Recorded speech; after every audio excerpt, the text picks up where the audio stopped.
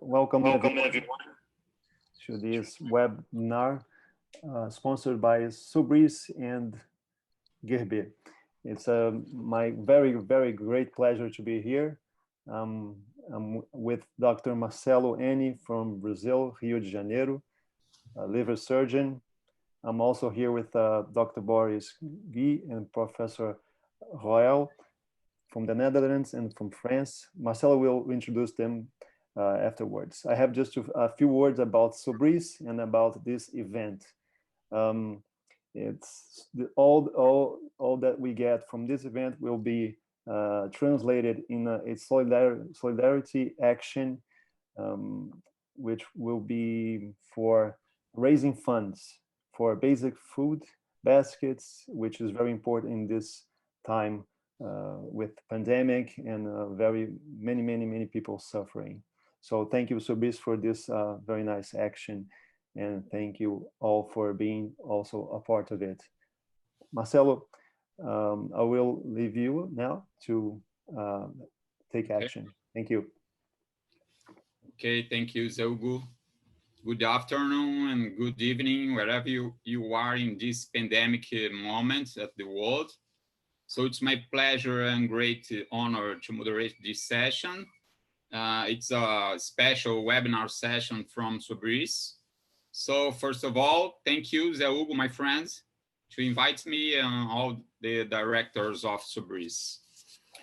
So I'd like to thank our three panelists. And before to introduce you, I have some few instructions. All the microphones will be closed. So, but you have a shot to make questions, all the audience to make questions. So during the session, you can make questions. So I'm an HPB and liver transplant surgeon here in Rio de Janeiro. And I'm very excited to hear from you guys, from interventional radiologists, and how to optimize and improve our results in liver resection, the major liver resections. So I will share my screen here.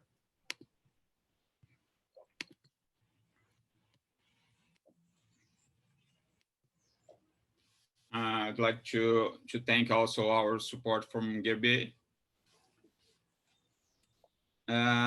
We have two hot topics here. How can we accelerate the liver regeneration of the future liver remnants, and how to improve our results in liver resection, and how to evaluate the size and function of the future liver remnants. We all know that at our clinical practice before a major hepatectomy, we must have a future liver remnant of at least 30% of the standard liver volume, because we all know that liver failure is the major cause of mortality. We know that even in 75% of extended right hepatectomies and at least at 10% of right hepatectomies, we don't have a future liver remnant more than 30%. So we have to improve, we have to make the future liver remnants bigger and bigger. First of all, I'd like to introduce you our first panelist, José Hugo Luz, a great friend of mine. He will talk about portal vein embolization and liver venous deprivation, meaning a dual embolization, basic and critical technical aspects. José Hugo works at this moment at the Interventional Radiology unit at Cabral Hospital at Lisbon, Portugal. And I think that he will talk about one more needle means better results. I don't know, but he will show us. Our second panelist is Professor Roel Bennink from Amsterdam, from the Department of Radiology and Nuclear Medicine at the University Medical Centers in Amsterdam. He will talk about hepatobiliary scintigraphy instead of only CT volumetric before major hepatectomy. So I think that Professor Roel will talk about that sometimes function is quite different from size. I'm very excited to hear from you. And the last one will be Professor Boris Guiu. He will talk about venous deprivation, the rationale, results, and where we are now. Professor Guiu is a professor from the Department of Radiology at the Saint-Eloi University Hospital from Montpellier, France. I hope that Professor Guiu, the father of extended liver venous deprivation, will not be the killer of Mr. Alps. So I'm a surgeon. I'm very excited about Alps, but I hope to hear from you, professors. So first of all, José Hugo, feel free to start your session. Okay. All right. Thank you very much, Marcelo. Very good, very nice introduction. Thank you. So I will be talking about technical aspects in portal vein embolization and liver venous deprivation. Once again, thank you all for being here to make it here. So first of all, I will talk about technical aspects in portal vein embolization. And then I will talk about the technical aspects in liver venous deprivation, which is actually portal vein embolization plus hepatic vein embolization. First of all, the portal vein access.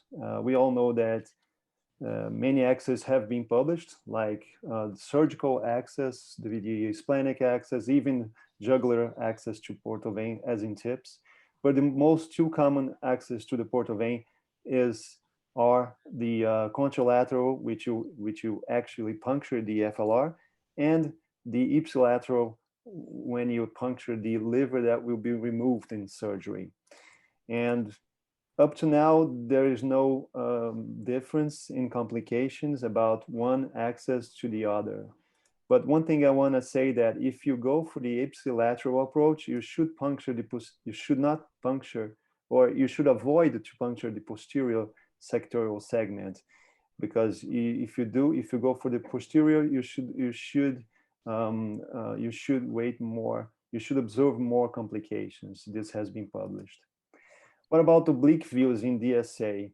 Oblique views are mandatory, and I will prove that with just some images. This is the AP view for DSA in a portal vein embolization with a contralateral access, and we cannot see the segment 7 and 6 branch here, although it is open. When we do the oblique view, we can nicely see the branch here. So it's very important to do oblique views, otherwise you're gonna miss this in one or two cases. So oblique view mandatory. And also, if you have in the angio room, if you have a CT in the angio room, you can do portal CT. That's what we do now. We place a catheter in the portal vein, and we do a portal CT with injection in the portal vein. The same thing you can observe here. If you see the AP view, you cannot distinguish here the anterior and posterior sectorials. And if you do oblique view, you can nicely see the anterior and the posterior sectorial. So oblique view mandatory. What about NVCA injections techniques? What about the glue injection technique? Sometimes it might be an issue. First of all, I want to say that we have now a lot of data showing that if you use glue, you will get greater liver hypertrophy than PVA plus coils. This started like many years ago with Professor Guiu work in 2013.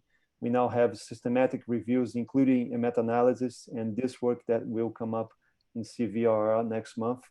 And also our study that was published this year in Radiology and gave us randomized control data showing that actually NVCA is better than PVA plus coils. But not only does glue give you more hypertrophy, but you will also have less radiation, less contrast, you have a shorter procedure time, and this interesting finding that most of the patients will be ready in only 2 weeks. So glue does not only make it grow more, but grows faster. And this was also shown in our study this year. 87% of the patients were ready for surgery after 2 weeks. What about the technique? Well, you will find a couple techniques to inject glue, but the two most common ones are the sandwich technique and the continuous column technique. The The sandwich technique, which is also called the dextrose pushing, I learned that in France with Professor Thierry Debert.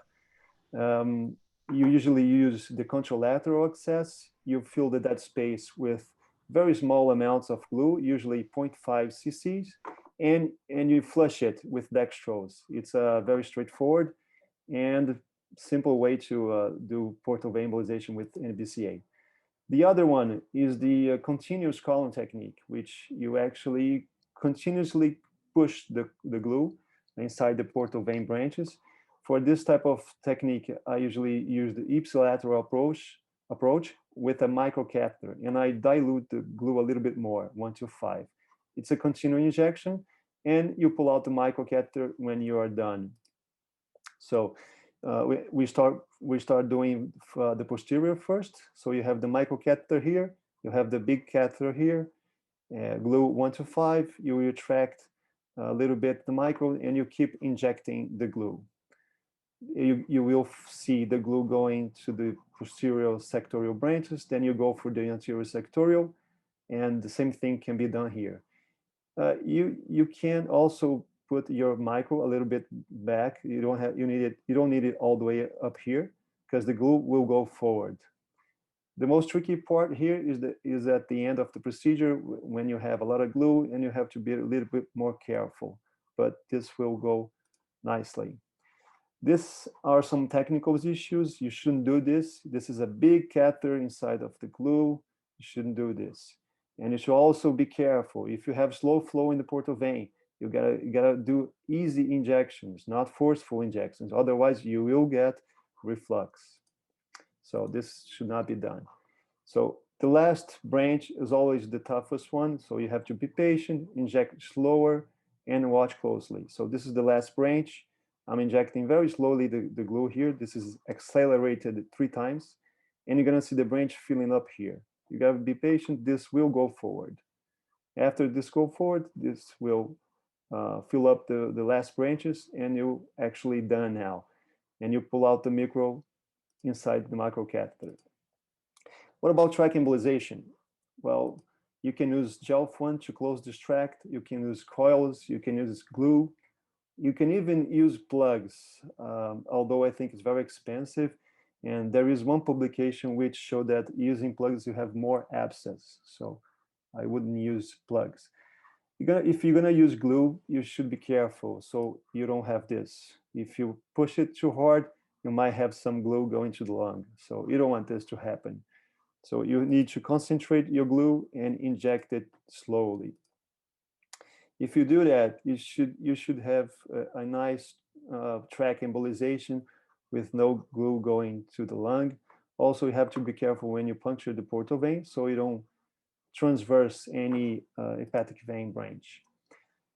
Interesting, this week, just a few days ago, a study came up in CVIR, which they compared glue versus coils for liver percutaneous tract embolization. So one group had 102 patients, and the NBCA group, the glue group, had 88 patients. 4 patients in the coils group had major bleeding complications. In the glue group, no major bleeding complications. But one patient had some of the glue inside the portal vein, distal branches, but this might be an issue. And the authors conclude that using a glue, you might be more effective with fewer bleeding events, although you have to be careful for unintended embolization. Now going for liver venous deprivation. Liver venous deprivation is actually the same thing as portal vein embolization, but in the same procedure, you do also hepatic vein embolization. The first thing is to puncture the hepatic veins. That's the very first thing. Why? If you leave that part for after portal vein embolization, it's going to be very hard to see the hepatic veins once the liver is all full of glue. So first thing to do is puncture the right hepatic vein and place the guide wire in the right hepatic vein. And you just leave the guide wire there, and you secure it in the skin. After that, you puncture the portal vein. So the common picture will be this. You have a guide wire in the hepatic vein, as distal as you can get, very distal. So you have a lot of room to deploy the plug, and a sheath in the portal vein, which is this guide wire here. After that, I want to make a comment about doing portal vein followed by hepatic vein, or the other way around, hepatic vein followed by portal vein. This was a very nice study, only 4 patients, but very, very interesting. If you do first hepatic vein, you should see a reduction in the flow of the right portal vein, which is actually not what you want. You're not gonna be able to inject glue here, or as much as you would like to, and you're gonna have a lot of flow to the left hepatic vein. So you should first do portal vein embolization, then you should do hepatic vein embolization. Otherwise, you're gonna decrease the portal vein flow, and you might get in trouble. What about the plug placement? Well, you now place your sheath in the hepatic vein, you do a phlebography, and you measure the diameter of the vein. And you have to oversize the plug, at least 50%, ideally 75%. And if you want a happy surgeon, you need a distance to the vena cava, so he can ligate it with no problem. If you leave the plug too close to the vena cava, he's not going to be happy with you. So plug deployment is straightforward. You just pull out the sheath and it's there. And you can also use ultrasound to evaluate this distance of the plug to the vena cava. We have done it. We have also used CT for that. After that, you should inject glue. For glue injection, you must see a slow flow in the plug. Okay, initially you might see high flow. You just wait a couple minutes because this will become low flow, and now you're ready to inject glue. You can inject glue from a catheter or from the dilator. In here, I'm injecting glue from the catheter. You can see the branches all filling up nicely, but you can also do from the dilator. And you inject and you pull out the sheath with the catheter, and you also do the tract embolization. This is another case. In here you have the plug, which is blocking all the glue. This case is nice because you're gonna see the glue filling up a collateral to the middle hepatic vein. So the glue is not only good for distal embolization, but also to fill up the collaterals between the middle and the right hepatic vein right here. This is 14 days after LVD, liver venous deprivation. You can see the plug and all the glue filling the branches of the right hepatic vein. One word about B embolization. We think that B embolization is a little bit different from liver venous deprivation. Authors that do B embolization, they place plugs proximally in the right or right in the middle hepatic vein.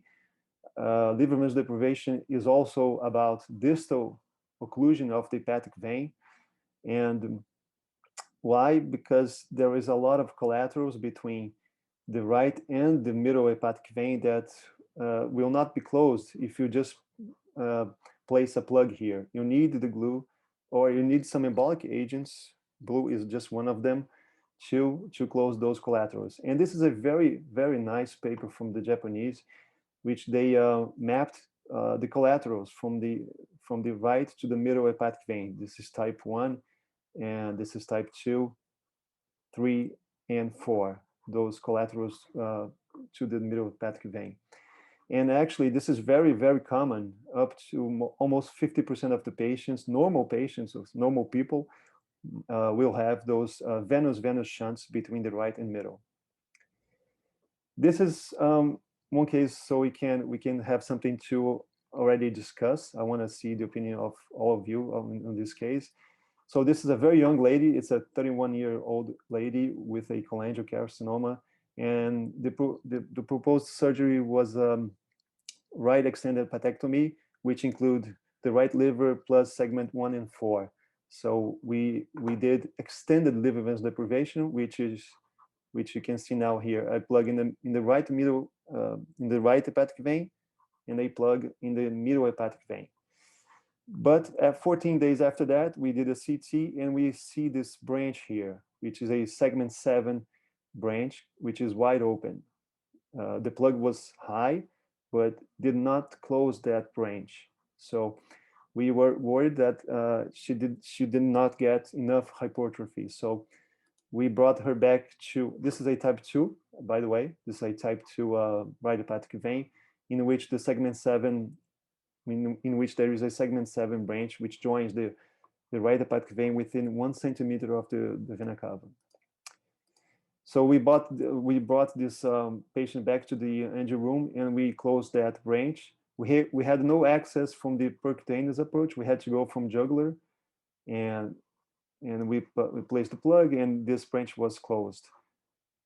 14 days after that, she could so go on to a right extended hepatectomy. Fortunately, this problem is not only mine.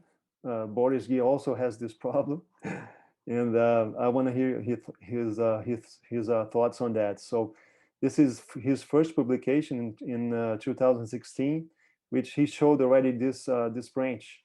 This is a tough branch to close. It might be relevant or it might not be. I'm not sure. So I want to hear your thoughts on that. In conclusion, NBCA does give you more hypertrophy when you use for portal embolization.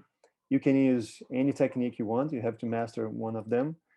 For LVD, you should puncture the hepatic veins first if you're going through a percutaneous hepatic approach. Then you should go for portal embolization followed by hepatic vein embolization. Plug oversizing is mandatory, at least 50%, ideally 75%. NBCA injection, we also think it's very important for distal, and not only distal embolization, but also for collateral veins embolization. And a last word about post-operative care. Patients that go through liver venous deprivation, mainly those that go for extended liver venous deprivation, they have a lot of fatigue after the procedure. And if we supply them with vitamins and ions, it's amazing. It does work, and we have tried, and patients do a lot better because of the energetic consumption of this hypertrophy procedure. That's it. Thank you all.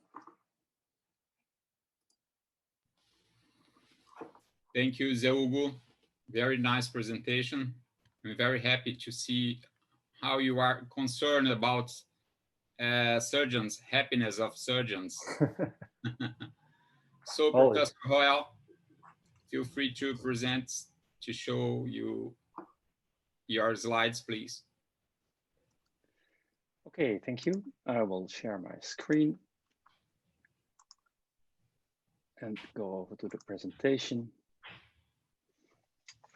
So my task was to talk about hepatobiliary scintigraphy and volume and function, but I took the liberty to change the title a little bit to hepatobiliary scintigraphy, a major step towards safer liver surgery.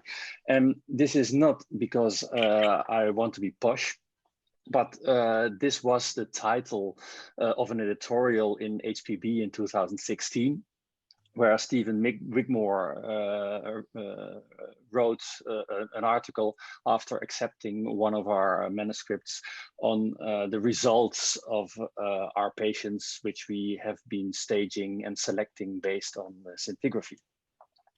And to illustrate what is the problem, I present you a case, and this is a patient with colorectal liver metastases. You see a PET-CT image with 2 large metastases in the right side of the liver, where segment 4 is compromised. And you see the PET-CT before and after the neoadjuvant chemotherapy. And this patient was eligible for curative surgery. But the question is, can we perform surgery? Because the plan was an extended right hemihepatectomy. And here you see the CT scan of this same patient. And I delineate the segments 2 and 3 for you. And well, it's debatable, but generally we tend to say, particularly in colorectal patients, 25 to 30% of future remnant volume is necessary. Some people exclude tumor volume, some people correct for body surface area, but generally this is the idea. If this patient would have a hepatic comorbidity, which could be cirrhosis, but it's very likely, but we see more and more steatotic patients. This patient had neoadjuvant chemo, so liver function could be compromised, and in that case, you could argue that you need 30 to 40% future remnant liver. But the problem is that we are never sure about the quality of the liver parenchyma. In extreme cases, it's obvious, but in most patients, you do not really know what's going on. Even when liver function tests are normal, liver function can be compromised. So the quality of the liver tissue is generally unknown. Taking of biopsies is not really what you want, and it can be that liver disease is spread inhomogeneously in the liver, so biopsy is generally not a good idea. So you need something else, and this is where hepatobiliary scintigraphy came in, and we tried to visualize liver function. And as I heard in the beginning, ICG or indocyanine green is a function test commonly used by liver surgeons.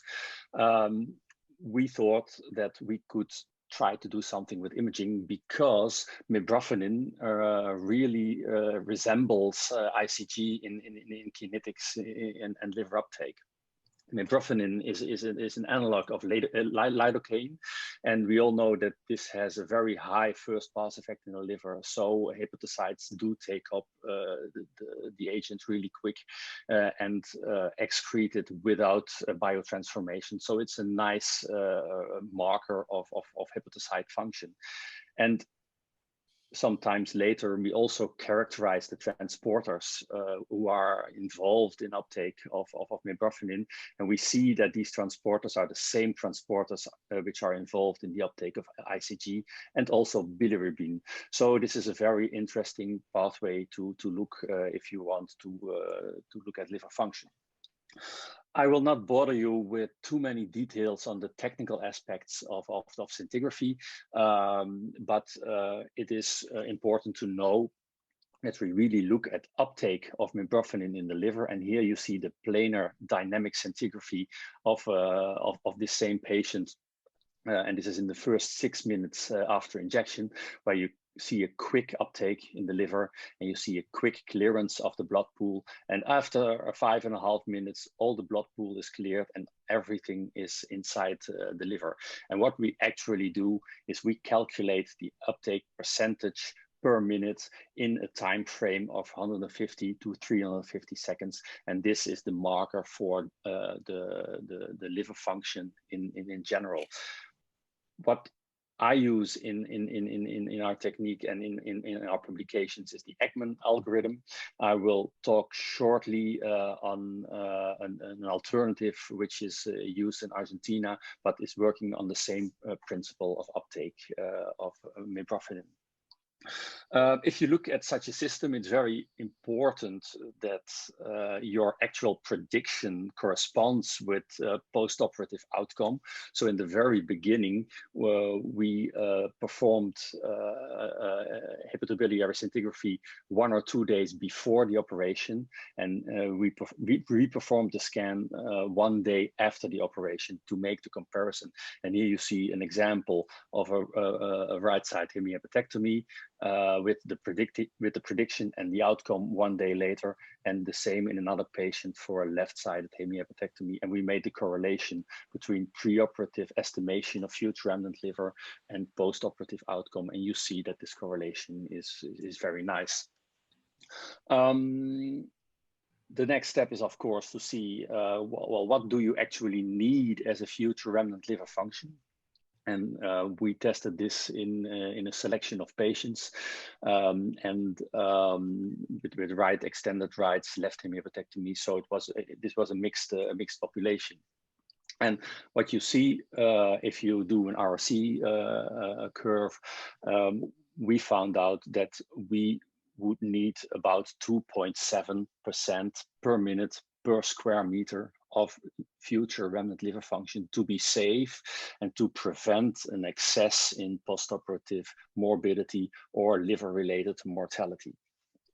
Another finding, which is very interesting, is that if you look at function versus volume, in normal patients, you see a nice correlation between function and volume, which is quite logic. But this correlation is far more optimal in patients with hepatic comorbidity. So it's particularly in this group that it's interesting to do functional imaging. Since you don't know the actual quality of the hepatocytes, it's important to do functional imaging in nearly all patients where you do a major resection. If you look at outcome and sensitivity, specificity, and predictive values for post-operative outcome parameters, you see that the actual performance of functional imaging exceeds the performance of volumetric estimation. From different sides, it's very interesting to look at the functional aspects of your liver. Of course, we don't look at planar imaging only because the liver is a complex organ and borders of liver segments are not always greatly visible on planar scintigraphy. And that's why we perform SPECT scan with a dynamic tracer, which has its challenges, but these challenges are mainly for the nuclear medicine physician, so I won't bother too much to you. What you see here is an example of a patient with a large tumor in the right side. You see that this tumor is, this tumor is not functional. So it's important to look at the function in the rest of the liver and in your future remnant liver, and you can clearly delineate the segments in your future remnant and the liver part you're going to resect, so you can quantify the function actually in your future remnant, and you can do this very accurately. Of course, if function is not enough, we saw that there are many techniques to increase function of your future remnant, and I don't need to show you a lot on portal vein embolizations because we have talks of experts on this topic. But the most interesting for me is that after a portal vein embolization, or in this era, the embolization combined with the venous deprivation, you can see that your liver volume is growing after the procedure, but your function is increasing too. And now it's interesting to see how the dynamics of this increase are. And if you look in groups, you see that the functional increase after a portal vein embolization is exceeding the volume increase. So this can mean two things. One, it's better to look at function, and two, perhaps you can plan your operation sooner because you don't have to wait to a certain volume before you start operating, but you want to see a certain future remnant liver function before you start your operation. So you can plan your operation earlier and don't have to wait so long after your intervention. Now, for the example, we go back to our patient, and we did the scan in this patient, and we see a total liver uptake of 12% per minute. As the uptake of mebufotenin is similar to the uptake of ICG, we can also make an ICG calculation with mebufotenin.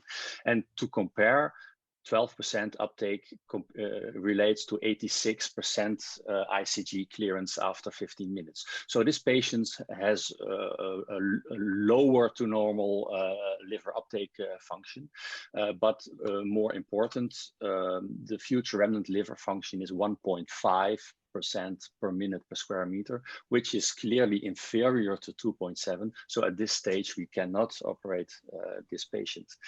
After portal venous embolization, we see that this future remnant liver function increases to 2.9% per minute per square meter, which is clearly above the 2.7 threshold. So now at this time point, it is safe to operate this patient.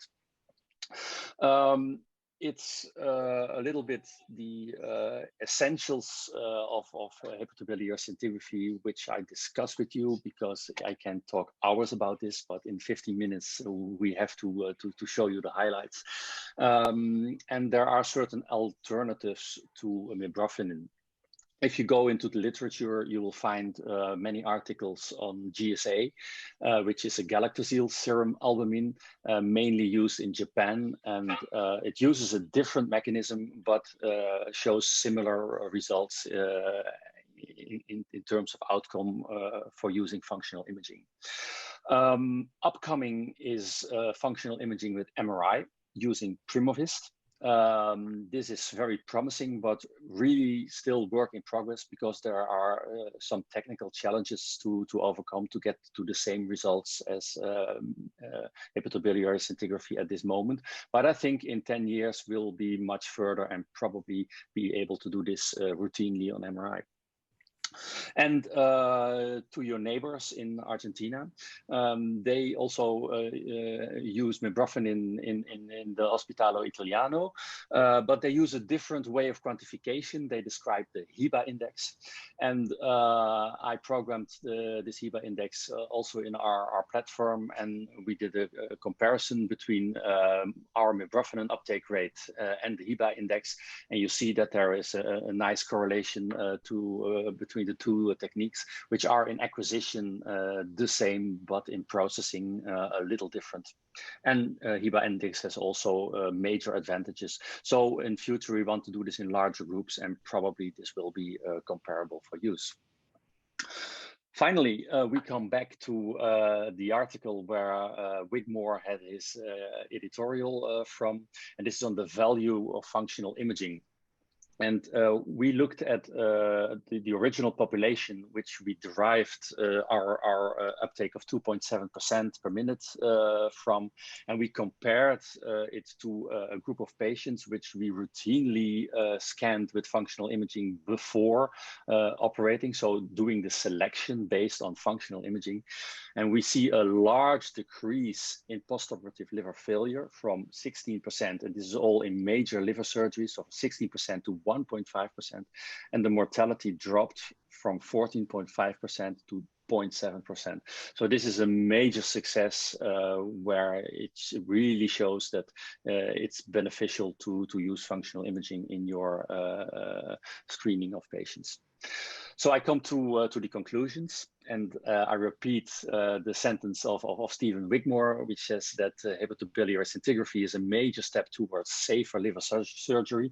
And this is mainly due to better selection of liver surgery candidates, better selection of patients who really need portal venous embolization or more, but also identifying patients with a lower liver volume who have sufficient function and don't need additional pre-treatment. It clearly shows a reduction in postoperative morbidity and mortality. And finally, and this is very important, it is an absolute reduction in cost, because every day a patient on the intensive care unit or extra treatments cost money, and the investment to do hepatobiliary scintigraphy or to buy a license for software processing of HBS is peanuts to the cost you have of failure and ICU. So it's really a good investment, and this is where I want to end the presentation. Thanks. Many thanks, Professor Roel. You show us a very important and very clear conclusion at your nice presentation. So the last one, the last panelist will be Professor Boris Guiu. Professor, mettez-vous à l'aise, messieurs. Thank you so much. It's a great pleasure for me to be here. So thank you so much to José Hugo and all the organizers, Sobrice. I'm very happy to talk about venous deprivation, even though many things have already been clearly discussed by José Hugo at the very beginning. Okay, so the first point I would like to highlight with you is that clearly the standard of care is now portal vein embolization for many years. And I would add portal vein embolization with glue, because this paper clearly changed everything. And I want to thank again José Hugo for this very important publication. And if we look at the results, we can see that in his paper, as well as in this systematic review, this technique is working very well, because at the end of the day, 80% of patients are resected, which is a very good result. We have to keep that in mind. But if we look at the 20% that are not resected at the end of the day, the main reasons for that are first, tumor progression, because it takes time for the liver to hypertrophy.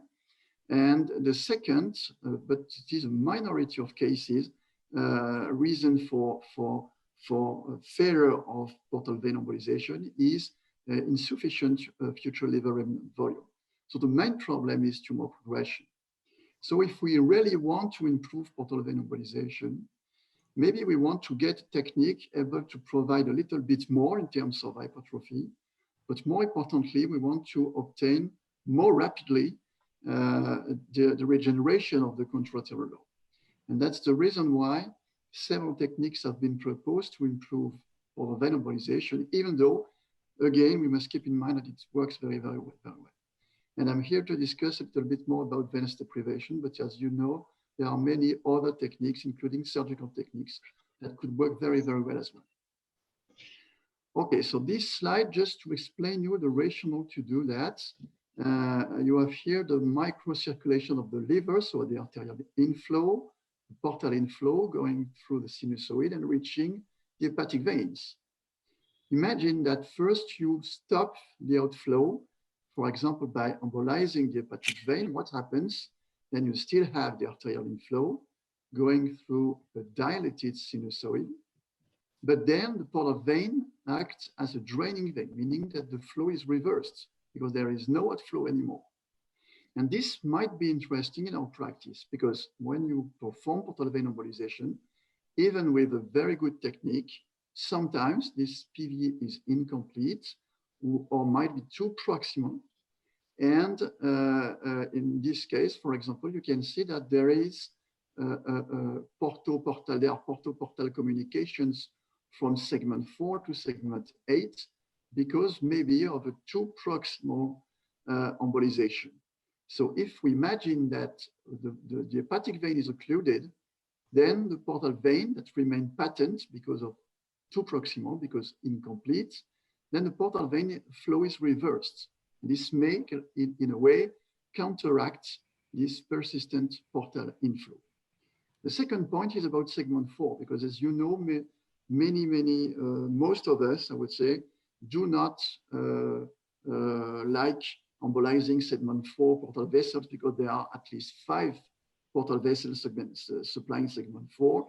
It is technically challenging, and we take the risk to perform non-target embolization in the left lobe. And there is here an interesting way to not to perform segment 4 embolization, because again, if you occlude the middle hepatic vein, at least part of segment 4 has its outflow by this middle hepatic vein. And again, you will obtain at the end of the day a reversal of the portal flow, and you don't need maybe to embolize the segment 4 vessels. Okay, and the last point is if you do occlude the portal vein and also the hepatic vein, because of the hepatic arterial buffer response, the arterial inflow is reduced, not suppressed, but reduced. And if you occlude the portal vessels and if the arterial inflow is reduced, you will increase the damage to the embolized liver. And at the end, you will drive an increased regeneration in the contralateral lobe. But what might be interesting is that you do not suppress the arterial inflow. You only reduce the arterial inflow. So you limit the risk of biliary ischemia because, as you know, the hepatic artery is the only supplier of the bile ducts. So that's the rationale to combine portal vein and hepatic vein embolization. So José Hugo already showed you some cases, and I fully agree with what he showed. Just one other example, it's exactly the same as he showed. So we have here the hepatic vein access. You have here the guide wire, and we do the portal access, as he said, mainly in the anterior sector and not in the posterior sector. We do prefer in our center a right approach. And then we do a portography. We are lucky enough to have an angiosynthesis system, so we can see very well the portal vessels. And after segmentation, we can do the portal vein embolization using the technique showed by José Hugo previously with a Cabral catheter. It's very easy in this case of a long right portal vein branch to embolize in, I would say, 5 minutes, all the right portal vessels in this case. And you can see the guide wire, micro guide wire left in place in the right hepatic vein at the beginning of the procedure.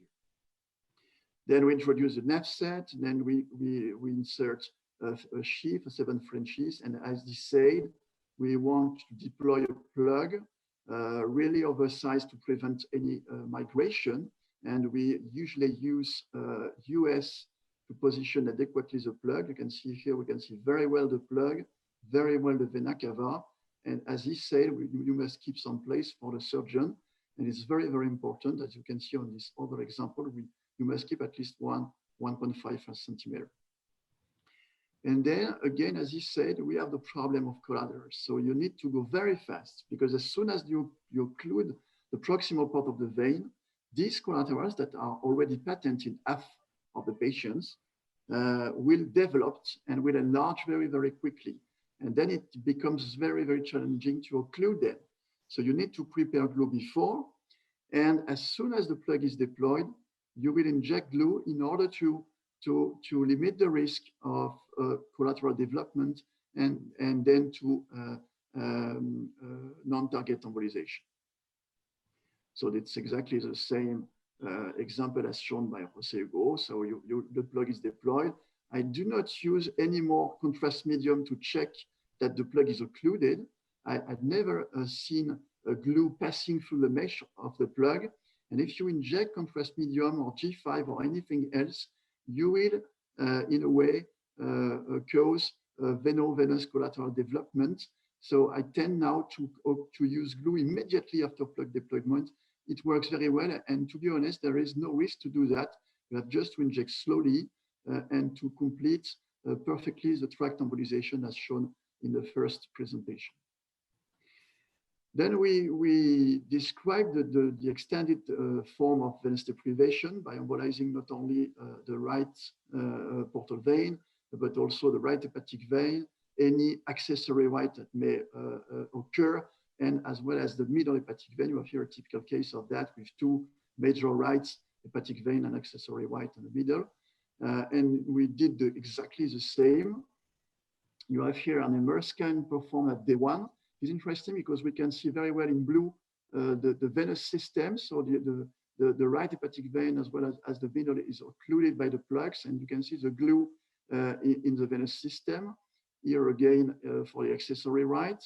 And in red here you have the portal system that is occluded by glue as well. So this is clearly what we call venous deprivation, meaning that there is no vein anymore, both to supply and to provide outflow to the right lobe. And at the very beginning of our experience, we had very impressive results in terms of hypertrophy.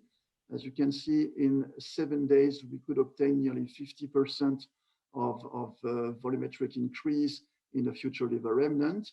And if we compare kinetic growth rates with different techniques, with extended LVD, we reached nearly 25 cc per day, which is not that far from what is reported with ALPS, which is actually the most efficient technique to provide hypertrophy so far. But as said by Roel, and we clearly endorsed everything that was published by the Amsterdam team, because if you look at the literature on nephrophenine scintigraphy, 98%, in my opinion, has been published by this team, and that changed completely our practice. And we switched from the volume to the function very quickly. And we published these very preliminary results with 3 patients. And we showed that, contrary to ALPS, the functional gain was even greater than the volumetric gain as soon as 7 days after venous deprivation. And if you look at these SPECT-CT images, you can see that the function of the liver is homogeneous at the beginning. And after this kind of embolization, we could see even visually a functional switch from the right to the left lobe of the liver. So we can imagine that the surgeon, when performing a right hepatectomy, the function is now mainly located here, though there is a very low risk of post-hepatectomy liver failure. But I must acknowledge that we, at the beginning of our experience, we had some very impressive asthenia in the first patients, and we wanted to understand why, because it was really impressive even in very young people. And as said by José Hugo again, we saw that because this technique was a highly energy demanding technique, we needed to help the liver to grow. And we administer to the patient polyvitamins and ions. You have here our protocol. I can share with you. Don't hesitate to send me an email if necessary. And what is very important is polyvitamins, but mainly phosphorus, because if you look at phosphorus, even after surgery, you have a strong or very important drop in blood samples. And the phosphorus means ATP. ATP means basically energy. So we need to administer polyvitamins and phosphorus to the patient to drive the regeneration. And now we use this protocol for all portal vein embolization as well as all LVD. And I think for surgery, probably we should do the same.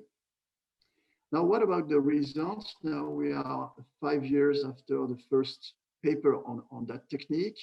Our team, our surgical team, wanted to look at the perioperative impact. So the question was, does the life of the surgeon, is the life of the surgeon easier or more complex after portal vein embolization versus venous deprivation? And we showed no difference between both techniques, even though during surgery, the dissection is not exactly the same. And there are some differences, but that do not impact the patient and most of the surgical parameters. And then we have now 4 studies coming from different centers, one for France here, another one from France, and one from Lausanne, and one collaborative study. We must just keep in mind that these 4 studies are all describing results, greater results with venous deprivation as compared to PVE. But I have many points to discuss. The first one is that all these studies are retrospective, so we need to be very cautious about their results. Second, there are very important variations, technical variations, again, as said by José Hugo, and especially if we look at what we call venous deprivation, there is only this paper using exactly the same technique as we described, and that was published in the Annals of Surgery, but there are technical variations, so we need to be cautious about the results. But they're accumulating data now are available in favor of LVD with regard to the volumetric gain. What about the function? To my knowledge, we have only one paper that we published last year on this topic, and where we compared, again, retrospectively, so again, we must be cautious. You have here in blue the functional gain using nephrophenine with PVE. You have here the functional gain using LVD, and clearly there are statistically significant differences between both techniques, even though we aimed to adjust on potential bias coming from this retrospective study. So we demonstrated a greater effect both on the volume and on the function for LVD. But what is, in my opinion, more interesting is this result. We confirm with LVD that we can obtain more than 50% of functional gain in the future liver remnant in only 7 days. It is very surprising to see, and it has been published by Stéphanie Truand recently, that we obtain more important functional gain as compared to resection itself, which was quite surprising, because as you can see, at the same time point, we have nearly 40% after resection and a little bit more than 50% after LVD, which is interesting. But again, the problem is exactly as José Hugo did with Blue, we have now to bring level 1 evidence. So we need prospective data to confirm or not that venous deprivation might be better than portal vein embolization. So we have this trial ongoing in France. The main endpoint is future liver remnant volume gain at 3 weeks. As you can see, 60% of actual is achieved. And we have many secondary endpoints, including surgical endpoints and oncological endpoints, which are very, very important as well, and we need to look at absolutely. And we have functional evaluation based on nephrophenine, as well as biomarkers, both on liver tissue and in blood samples. And the second trial is about to be launched. And here the objective is to skip completely the volume. And now we want to have only the function, and the function at only 1 week, because the objective is to perform ultra-fast preparation. And we want to compare what happens with portal vein versus LVD at 1 week based on nephrophenine scintigraphy. And the objective is to discuss with the surgeon to plan the patient at day 8, provided functional evaluation is okay. So that's the second trial we want to launch, probably more at the beginning of 2022. Just 2 slides, just to be a little bit provocative, because we discussed about PVE and LVD, but there is another technique we have to look at with radioembolization. And we also looked at what happens with nephrophenine in the non-treated liver after radioembolization. And you have here a very interesting results. We have only 2 patients. So again, we must be very cautious. The results are very preliminary. But as you can see, at 6 months, you obtain a 60% gain in the what we can call the future liver remnant. So again, completely comparable to what we obtain with LVD, which is so far the most efficient technique in terms of functional gain. So that's very interesting. Okay, it's obtained at 6 months, but clearly this technique has some advantages. First, radioembolization does control the tumor. This is very interesting. And clearly PVE and LVD do not control the tumor. We have a test of time, meaning that if there is any tumor growing in the future liver remnant, maybe the patient was not a good candidate to surgery. We seem to obtain a functional gain that is close to what we can obtain with LVD, which is interesting. And the last point is also very interesting, because with dosimetry, not only to the tumor, but in the non-tumor liver, we can maybe drive the contralateral regeneration. That's a very interesting point we want to look at in the future. So to conclude it, to keep the time, I would say that portal vein embolization with glue is now the standard. We have to keep that in mind. Venous deprivation seems to be safe, seems to give greater and faster FLR increase than PVE without adding any surgical difficulty. And for me, the next steps are first to get the results from the prospective trials versus PVE. And at the end, even though LVD might prove a superiority over PVE, the question is, should we replace all our PVE procedures by LVD? I'm convinced that we shouldn't, because if we need only a small or limited functional gain, no need to use LVD. Probably a PVE is perfect. But on the contrary, if we need a very important functional gain, maybe techniques more complex, such as LVD or maybe ALPS, might be useful. So probably we could tailor the preparation technique depending on the functional gain we want to obtain. Thank you very much. Thank you, Professor Guy. So very, very nice presentation. So the last conclusion is you should discuss your patients. We have too many techniques to each patient you have. So you must have MDT team discussion. So it's open for questions and comments. José Hugo, do you like to make some questions or comments? Sure, for sure, yes. I'll start with Professor Roel. Two quick questions about mebrofenine, which I only have the experience that I read, of course. How much worried are you about biliary obstruction when using mebrofenine? Second, how much worried are you about liver segmentation? And I'm talking about resolution of SPECT, right? Two questions. So the first one of biliary obstruction is only an important issue if you look at cholangiocarcinoma and mainly extrahepatic, so Klatskin tumor patients. If there is post-hepatic obstruction, your hepatic function will drop as a consequence of that. The hepatocytes cannot clear the bile, so they stop producing and function is diminished.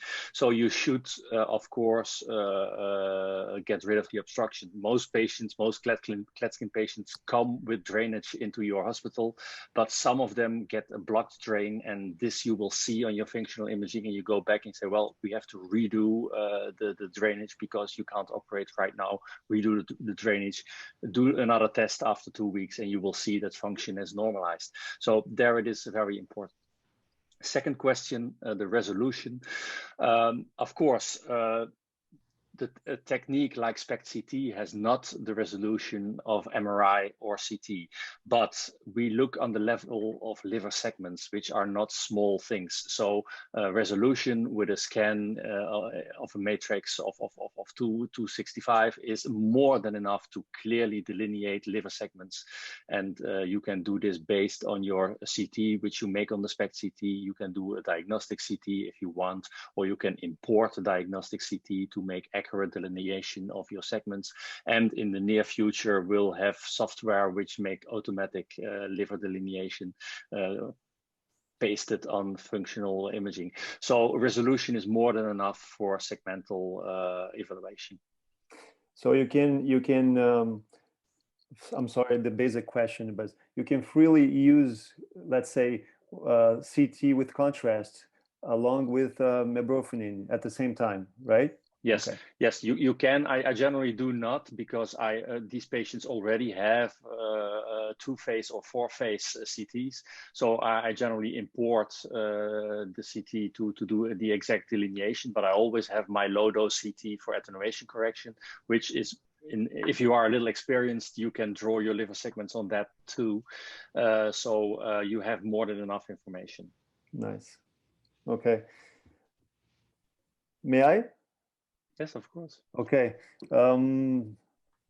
Boris, I was very happy to see that you draw another study. I didn't know about the second one, which you included function, because I was really wondering why you did not put a function in the HyperLive 1 study, but I saw that you have translational studies along with that one, right?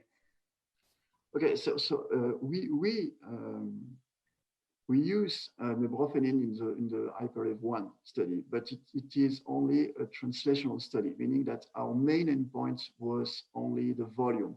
The main reason for that was that at the time we discussed, or we imagined this trial in France, we had only 2 centers, including our centers, using mebrofenine scintigraphy. So clearly, we needed to spread this technique in surgical centers before endorsing this technique as part of standard practice. And now it is the case. And we have a problem at this time in France, because mebrofenine is not available anymore. We have a problem of drug shortage in France this month. and for at least 3 or 4 months. This is a big problem because our surgeons were very, very happy to use it. We are very rarely disappointed by the results of mebrofenil because they want to operate the patient only if they reach the threshold of 2.7, and clearly above the threshold, we had nearly no post-hepatectomy liver failure, which clearly was not the case based on volumetric evaluations. So that's the reason why for the second trial, and I hope that this product will be again available in France soon. For the second trial, clearly we want to move to the function completely and to go very fast. Okay, 2 questions for you, Boris. First, the question that I mentioned in my presentation about the very high right hepatic vein branch that sometimes is left open, and how much worried are you about this? And the second question is about your second study, the ultra fast preparation. Who might be the best candidate for that? I think that the hard part is also trying to find the best candidates for the ultra fast preparation. I want to hear also, Marcelo, what do you think about that? What is the patient that would benefit most for that very fast preparation? Maybe we can hear Marcelo before me. Okay. Okay. Mostly, I think that when we have a very young patient with a large tumor close to the future liver remnants, we have to hurry a lot. And when we have this kind of patient, I prefer at this moment to do an ALPS. I'm a surgeon. So for young patients with huge tumor close to the future liver remnants, so I have to hurry with this kind of patient. Of course, after chemo response, of course. If I ask you about specific diseases, I'm thinking about what we see most, colorectal mets, for ALPS. Okay. Only colorectal mets for ALPS, not clad skin tumor or HCC. It's not good candidates. Okay. Okay. So if I can, I fully agree with you. The concept of ALPS was exactly that one. So the objective was to go very fast, and the 2 steps of ALPS could be completed within 5, 6, 7 days. So the objective was to prevent tumor progression and dropout from the surgical plan.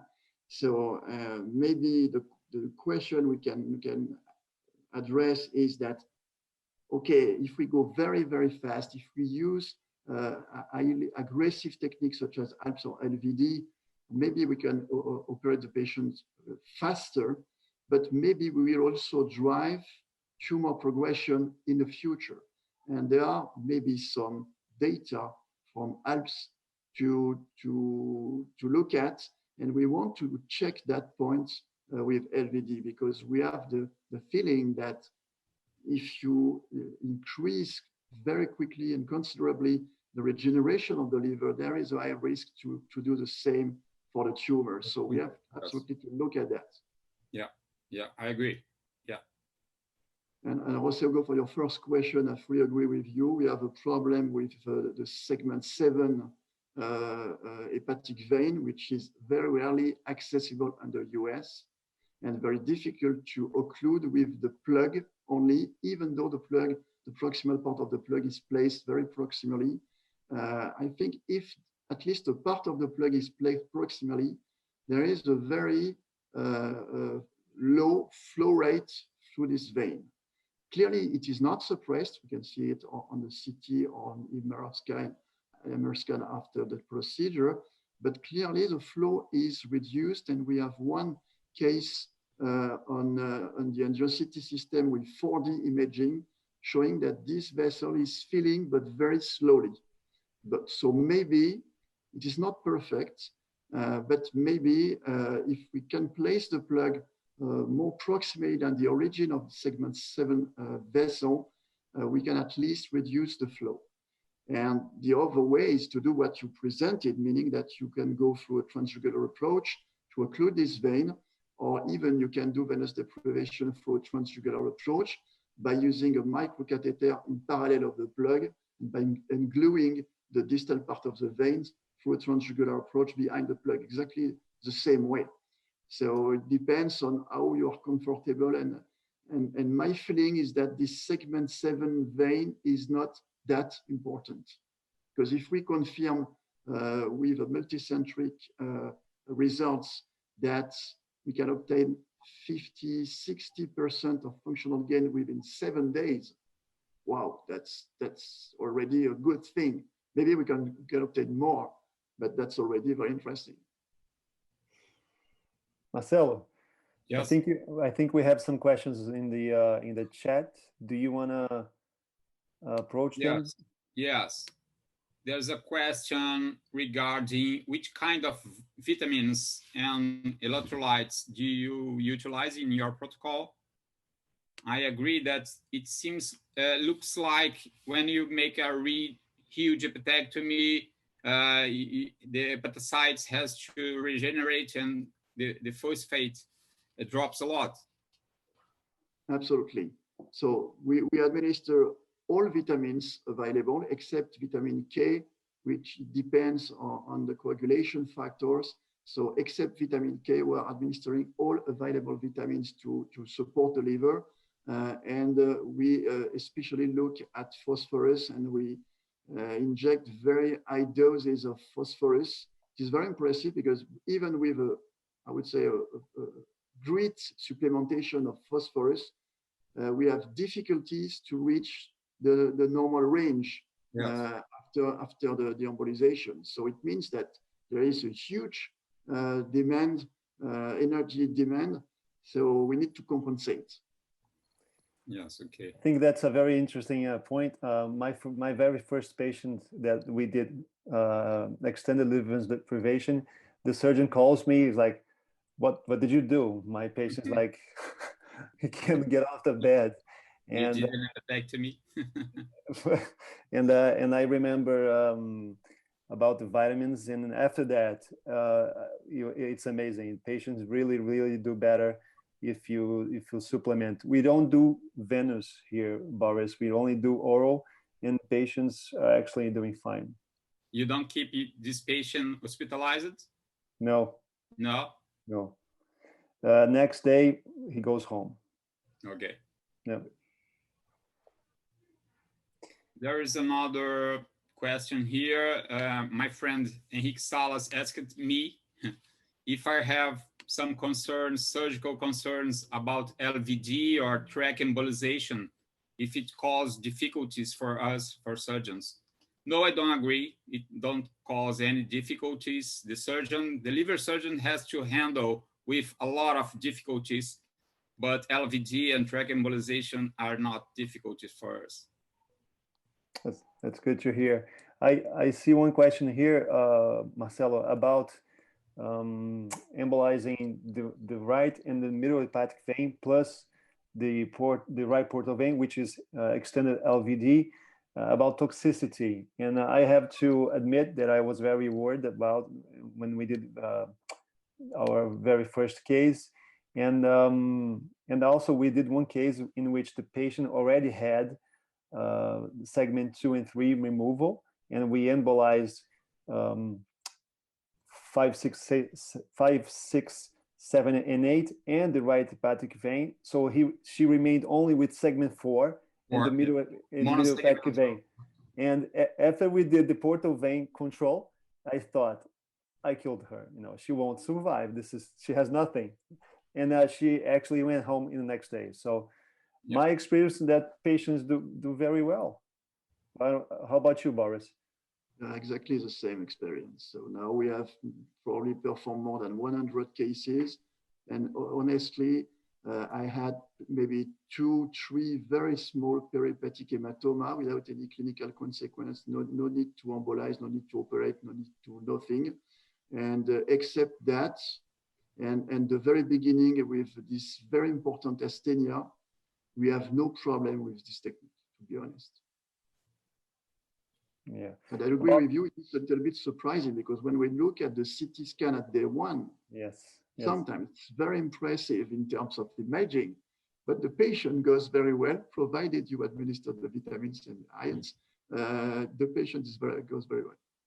About track embolization with glue, I'm very careful with that. You know, we had one case that the glue went to the lung and the patient had a pleural effusion. So you gotta be careful. In here we use Gelfund actually in most of the cases. Sometimes we use glue, but most of the cases we use Gelfund, and it's okay also. But it's been reported and people use it. My advice, if you're gonna use it, you know, don't puncture any hepatic branches in the tracks, because otherwise the glue might go there. I have one comment, José Hugo, if you agree. It is interesting if you do LVD to perform tract embolization of the portal access at the end of the procedure, because basically the hepatic veins are occluded. So if there is a migration to the hepatic vein, the plug is protecting you. Good. Nice. Good advice. What else we have here? Dr. Roel? Is there a bilirubin cutoff value that you use to perform mebufotenin scintigraphy, or yes, I read the question in the chat, and actually this is a very good question and very interesting. If bilirubin is high, this means that your hepatocytes are dysfunctioning. And particularly in patients with obstruction, you have a secondary dysfunction of hepatocytes, and therefore your bilirubin is rising. Don't let you mislead by the literature, because if you look bilirubin and hepatobiliary scintigraphy, you might find that the test is insensitive. And this is totally not the case, because this literature is on gallbladder scintigraphy and a sphincter of Oddi scintigraphy, and then yes, it is insensitive. But in this case, if bilirubin is high, you will measure an actual low liver function. And this is what you want to measure, because it is the truth. Now, this being said, if bilirubin is elevated and elevated more than 30 micromoles, I can predict the outcome of the test. So I will say, you need to drain the patient. I can tell you right now that this function will not be enough. So drain the patient and get him back after 2 weeks. So generally I use a threshold of 30.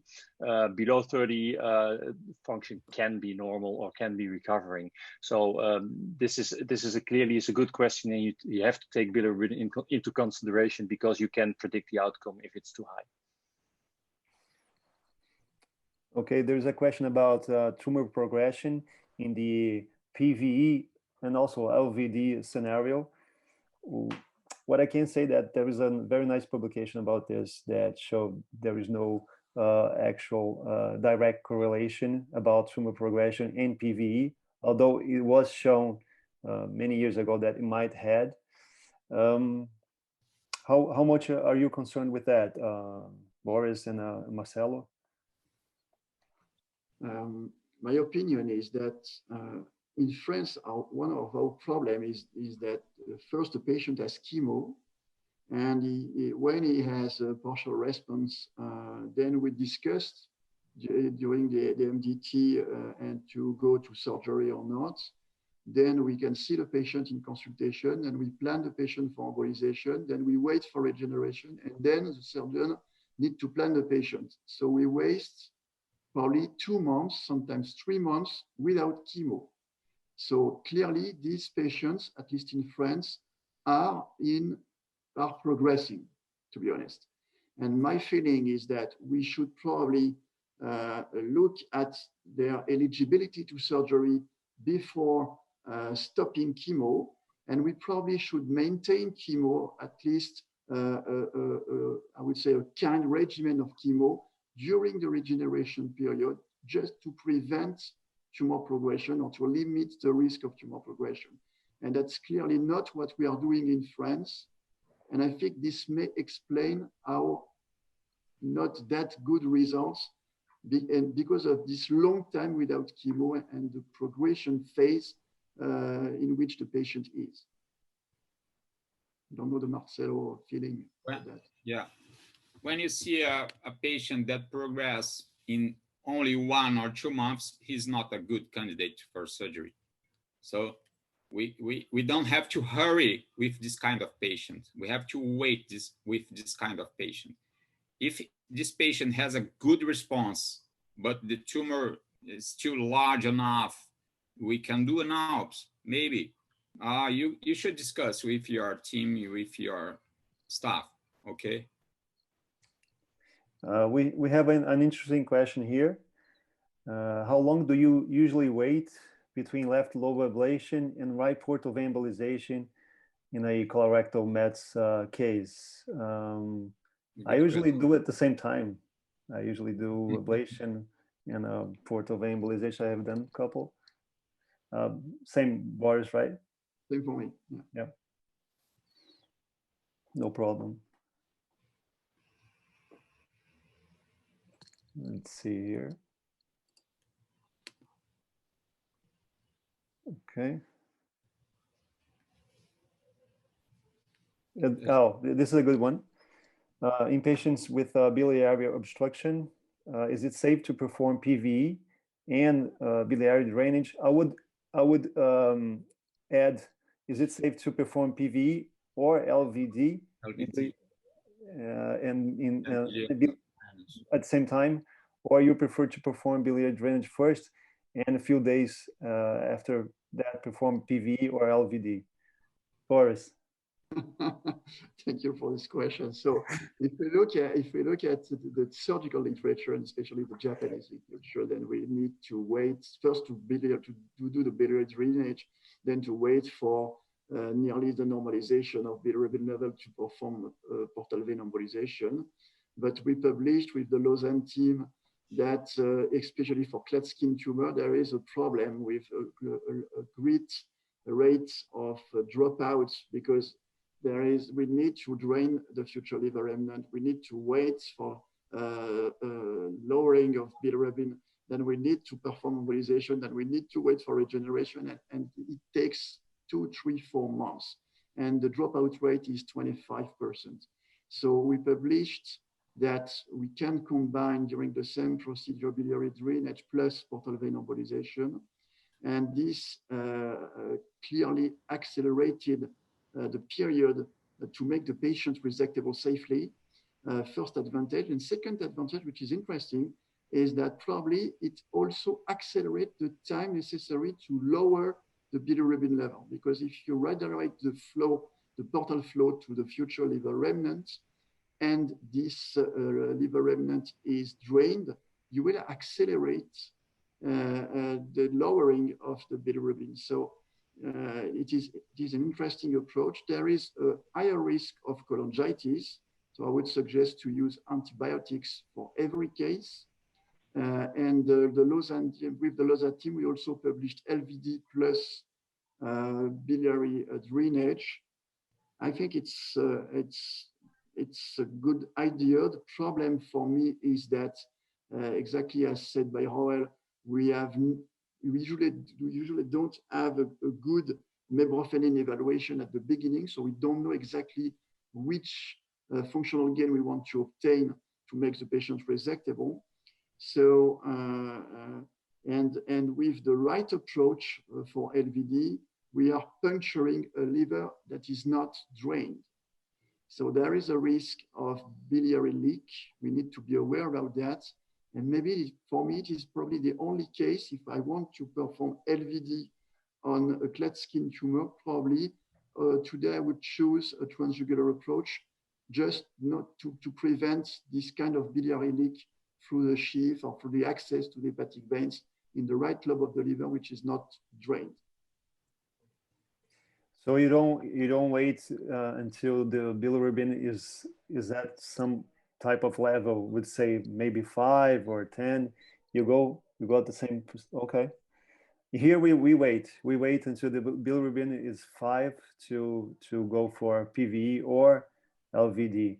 I am I have to assume that I am a little bit cautious about the very ischemic liver and doing LVD with biliary drainage, but it's good that Boris is more courageous than me. Yeah, so I can learn from him. For the combination, just something important is that first we start with the biliary drainage. We need to have no cholangitis. So if the bile is infected, we don't perform the portal vein embolization at the same time. And the second point, if we have any hemobilia or any complication during the biliary drainage, we stop the procedure, we do the biliary drainage, and then we wait for several days to perform the portal vein embolization. So there are two conditions: no hemobilia, no complication, and no infection. Boris, usually you don't drain the both sides of the liver. You only drain the future liver remnant. Okay? Yeah. Isn't it? Yeah. Okay. Absolutely. Me too. We too. We usually drain only the FLR. Okay. Sometimes you need to drain both, but most of the time we start with the FLR. And, okay. Yeah. Yes, and leaving the resected part of the to be resected part alone is an extra drive for hypertrophy on the other side. You also see this on functional imaging. Yes. Okay. Okay. Marcelo, if you want, I think we have like 1 hour and a half already, and I don't know if we have any more questions. I think that it's time to sleep in Europe. Okay. Yes. Yes. We have to close this session. Thank you, guys. It was an amazing session. I learned a lot, okay, with you guys. Thank you, Sobrice. Thank you, José Hugo, for inviting me to moderate this session. Thank you. Thank you, guys. Also, it was very good to have you guys here. It's 10:30 p.m. in France and in Netherlands, so thank you very much. If you want to say something. Thank you. It was a pleasure. Thank you very much. All right. Bye-bye, everybody. Bye-bye. Bye-bye. Bye.